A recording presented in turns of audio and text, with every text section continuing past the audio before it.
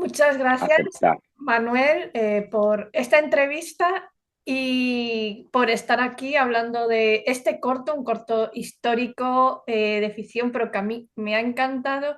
Y hay algo que me ha llamado la atención, empezando desde el principio del corto y lo he notado, y es que me gusta mucho esa puerta cerrada, pero que se ve luz. Y luego cómo Calderón va atravesando ese pasillo de esa biblioteca, ese archivo, y no sé si querías reflejar o querías hacer un guiño al mundo de las letras, ¿no? De decir, entra justamente pues, por ese pasillo con libros, con archivos, al llegar a las estancias de Isabel. ¿Es así como querías empezar, como diciendo, os voy a preparar para lo que viene? Pues en realidad no era la manera en la que quería empezar. Es verdad que cuando llegamos a la localización supe enseguida que esa librería tenía que estar y que Calderón tenía que recorrer esa librería porque teníamos claro que la reina no se iba a mover de su estancia, pero que Calderón sí iba a atravesar esa librería. Fue sinceramente un tema de presupuesto, porque yo soñaba muy grande y quería que Calderón llegase con una carroza, que llegase al palacio, ver su entrada, a lo mejor acompañado por una doncella. Y a medida que íbamos atando tanto el tema del presupuesto como también la planificación de los planos, en un momento dado me vino poder centralizar todo en la estancia de la reina y no salir de ahí y realmente crear esa burbuja donde el espectador no sale de esa estancia, si tenemos este corredor, este pasillo que guía al dormitorio de la reina, pero que todo fuese encerrado en ese lugar. Y entonces, al compartirlo también con el productor, con Ramón Salazar, que estaba en el rodaje, me hicieron ver que era una manera muy buena para empezar y para centralizarlo todo ahí. Y me alegro muchísimo que así lo has entendido y que así que realmente lo has sabido apreciar, ¿no? Porque en un momento dado, claro, al ser un cortometraje de época, pues rodar con una carroza, rodar con muchas cosas, no podíamos, ni teníamos el tiempo literalmente. Luego no nos dimos cuenta que no teníamos tiempo para rodar más, así que después apliqué lo que he aprendido durante esta producción, que es todo lo que sucede conviene.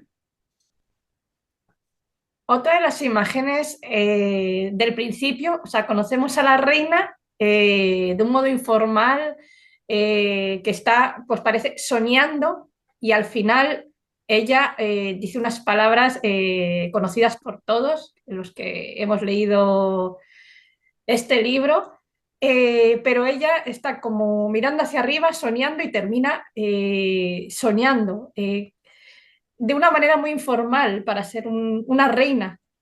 También eso lo teníais pensado, demostrar, digamos, la cara Sí. de la reina más... Eh, Sí, o sea, la reina Isabel de Borbón, cuando empezamos a investigar sobre ella, realmente era una mujer adelantada a su época. Entonces, era una mujer que en nuestra ficción jugamos a que hacía cosas, que se comportaba prácticamente como un hombre, que no hacía cosas, que se saltaba los protocolos. Entonces, a mí me parecía muy interesante y muy juguetón empezar a contar a la reina desde ese lugar, de una reina que se salta los protocolos, que se comporta casi eh,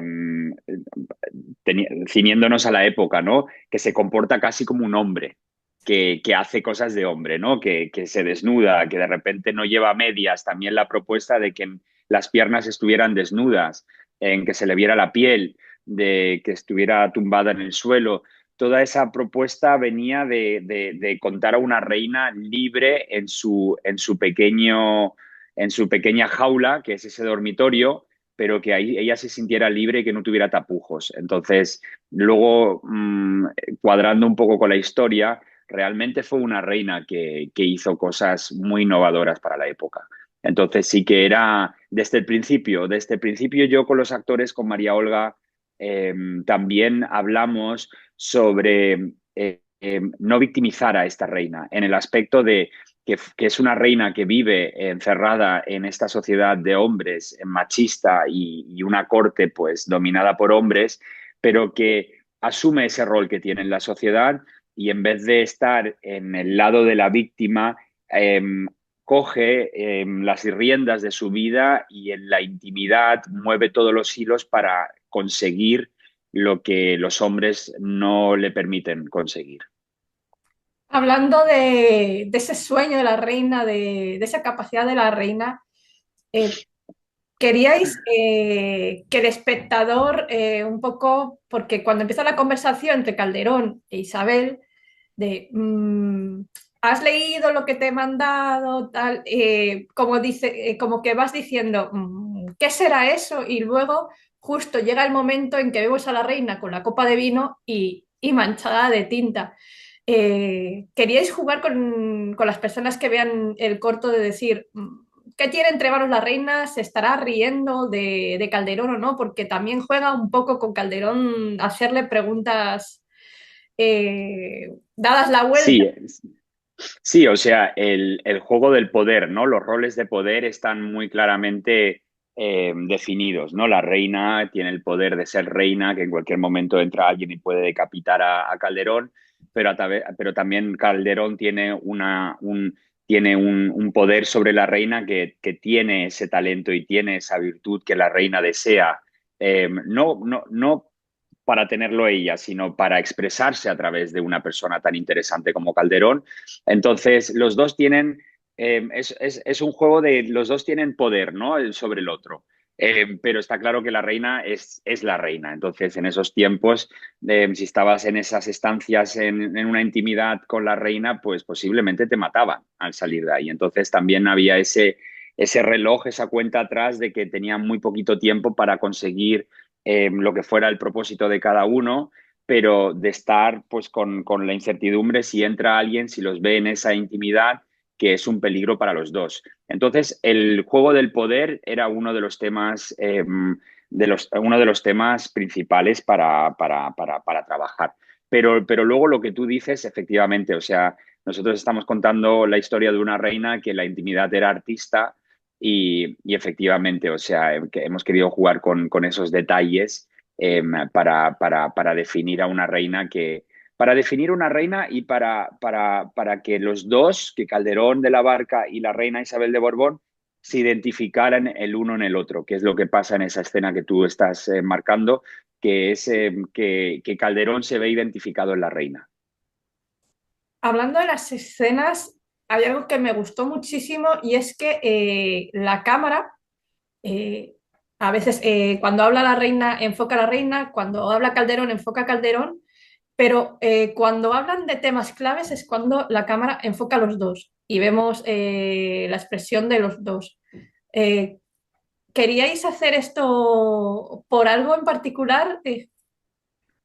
Para empezar, o sea, para mí este corto también ha sido ganas de jugar como director, de seguir desarrollándome como director, porque en mi primer corto todo era cámara en mano, absolutamente cámara en mano. Entonces, en este corto, como ya la época o el rigor de la época requería, pues yo quería jugar con algo mucho más académico, con una cámara más estática, no hay ninguna cámara en mano.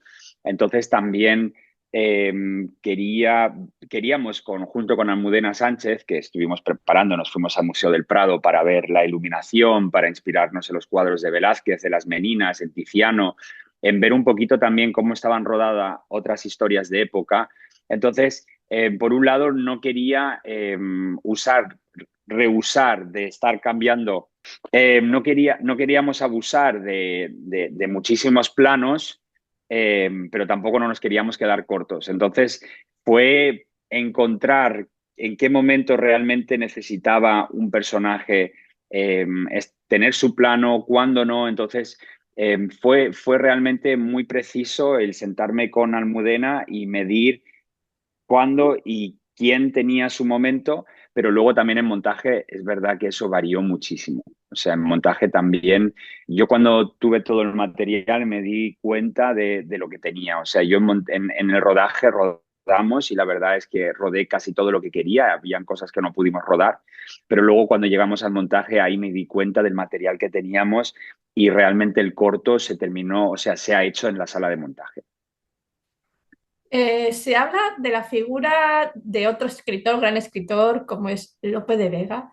¿Cómo hubiese sido el cortometraje si en vez de Calderón fuese Lope el que la reina hubiese llamado? Es una buena pregunta. ¿Cómo hubiera sido? Eh, me interesaría saber cuál sería tu punto de vista. ¿Cómo crees que hubiera sido esa conversación con Lope de Vega? ¿Cómo te la imaginas tú? Es que Calderón se habla de Lope y se habla de cómo es Lope, de que digamos que es un lameculos, de que Efectivamente. entonces, yo creo que hubiese sido un cortometraje con alguien. Sí, sí, sí, sí, Juana, claro. O sea, como. Mucho más superficial. Sí, Hubiera sido mucho más superficial y hubiera sido más un small talk, como se dice en inglés, de estar hablando así por encima, pero realmente, o sea, estamos hablando también de una persona que no conocemos, que no llegamos a conocer. Igual era un hombre maravilloso y con una sí. profundidad tremenda y lo estamos juzgando sin haberlo conocido. Tampoco conocemos a nadie que lo haya conocido. Pues es un poco complejo decirlo, pero sí, yo creo que por lo que dice la historia y por lo que cuentan los personajes, hubiera sido desde luego una conversación mucho más superficial y posiblemente guiada por la ambición de Lope.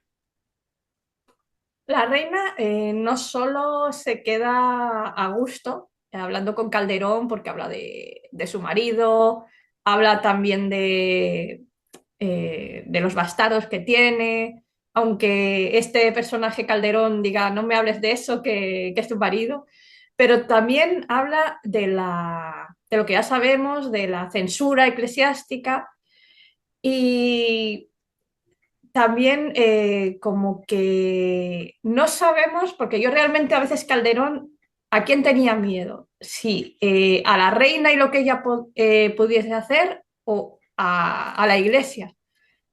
Me quedaba esa duda porque parece que él admira a la reina, que en cierto modo tiene fascinación por ella, está pues un poco enamorado de ella, pero cuando es hablar de la De la censura, Iglesia.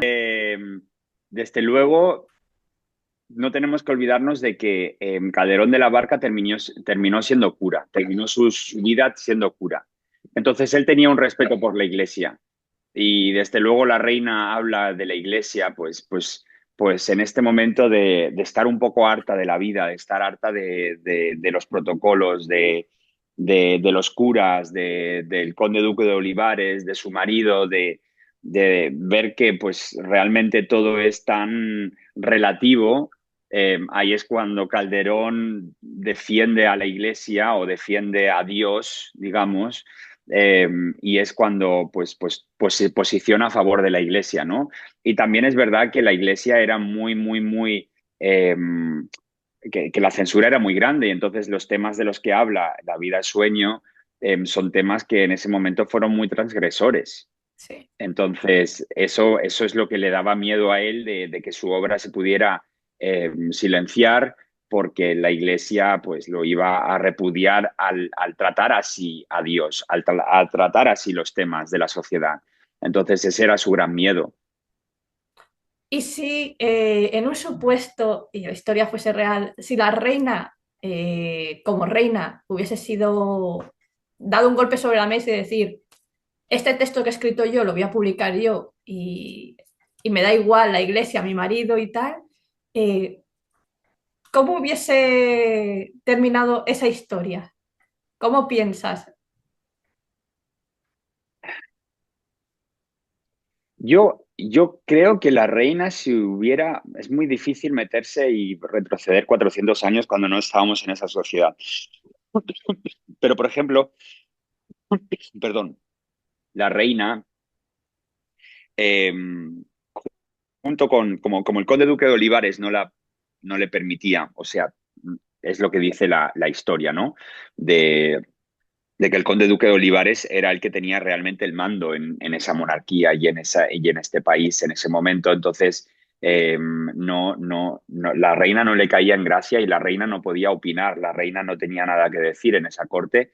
Entonces, la reina, bastante hastiada ya, avanzada, bueno, un poquito ya con 35 años, muy hastiada ya de soportar a estos hombres, al conde duque de Olivares, pues se juntó con otras mujeres de la aristocracia y de la corte y entre todas lograron echar al conde duque de Olivares y fue la gran caída del conde duque de Olivares. Entonces, yo creo que ella sí tenía esta personalidad tan arrolladora y este ímpetu y esta forma de ser tan, lo que decía al principio, tan adelantada a su época, que a lo mejor se hubiera salido con la suya, a lo mejor hubiera sido una reina que hubiera sido capaz de firmar una gran obra basada en su vida conyugal, en lo que es ser una reina en el siglo XVII. A lo mejor yo creo que si se hubiera atrevido,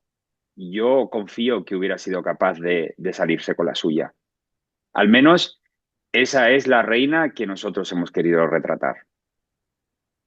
Hay otra cosa que destacaría que es la música que acompaña parte del cortometraje, que me ha gustado mucho porque es como una música acorde a la época, pero también que recuerda un poco a una iglesia, ¿Cómo ha Unos sido, cantos de iglesia. sí, cómo ha sido esa elección y encajarla en esos momentos, como por ejemplo cuando Calderón va por el pasillo? Pues fíjate que la música para mí ha sido el proceso más complejo de encontrar y de crear para la historia. Era una de las cosas que más me apetecía, ¿no? Lo que decía al principio, como director tenía ganas de jugar y de experimentar y crear una banda sonora se me antojaba como algo fascinante, pero luego en el momento en el que nos pusimos a trabajar, estuvimos casi 9 meses trabajando en la banda sonora porque eh, si lo llevábamos a una música, o sea, el peligro era que se fuera a un lugar más fúnebre, con una música más de iglesia, pero más de iglesia triste y que la comedia se viese enterrada por la música fúnebre. Entonces, estuvimos dando bandazos un buen tiempo. De hecho, fue un proceso también para mí como director de trabajar con diferentes personas y de darme cuenta que a lo mejor no estábamos avanzando y de tocar otras teclas hasta que di con un músico por YouTube de guitarra barroca y de viola de gamba. Entonces contacté con él a través de YouTube y quedamos en Madrid y claro, conectamos enseguida y fue fascinante porque nos fuimos a su estudio y nos poníamos las imágenes del cortometraje y él se ponía a improvisar con la viola de gamba y de repente le decía, y ahora toca la misma pieza con la guitarra y se ponía con la guitarra barroca a improvisar. Entonces, sobre eso empezamos a improvisar y a encontrar la música que requería la historia en cada momento. Una vez él me entregó este material y claro, de repente él era músico, no era compositor. Entonces me encontré con todo el material crudo y dije, aquí necesitamos ahora arreglar esto y traspasarlo, integrarlo en la historia. Entonces contacté con Belén Vivas, que es una compositora maravillosa y que estuvo todo el tiempo mano a mano conmigo durante varios meses intentando incorporar la música electrónica de alguna forma, los sintetizadores, para que no sonara tan extraña, para que los instrumentos barrocos no sonaran a algo de que el espectador dijese, ¿qué es esto? No lo estoy entendiendo, no estoy empatizando, no, me está sacando esta música porque no la conozco. Entonces, el gran reto fue luego de coger las composiciones de Enrique Pastor y de hacer estos arreglos con música electrónica para que calzaran bien en esos momentos que tú dices, para que entrara justamente en esos momentos de manera muy sutil para que cuando el espectador se esté dando cuenta, la música ya está sonando, que era un poco la meta de cómo encajar la música, pues que no fuera algo que te saque o que suene demasiado alto, sino que fuera acompañando justamente el subtexto o la emoción de lo que estaba pasando en ese momento. Entonces, al día de hoy ha sido un proceso fascinante. Yo me lo he pasado muy bien, pero también te digo que fue muy complejo llegar a ello para crear nuestra versión de la época. Yo creo que cuando nos enfrentamos a este proyecto era o copiar bien lo que ya se ha hecho y la visión de otros de cómo ven la época, o crear nuestra versión, crear nuestro punto de vista, cómo podría haber sido esta reina, cómo podría haber sido este Calderón, cómo podría haber sido el Siglo de Oro y qué tipo de música se escuchaba. Y si este cortometraje fuese un sentimiento, un adjetivo, una palabra, ¿cuál sería para ti?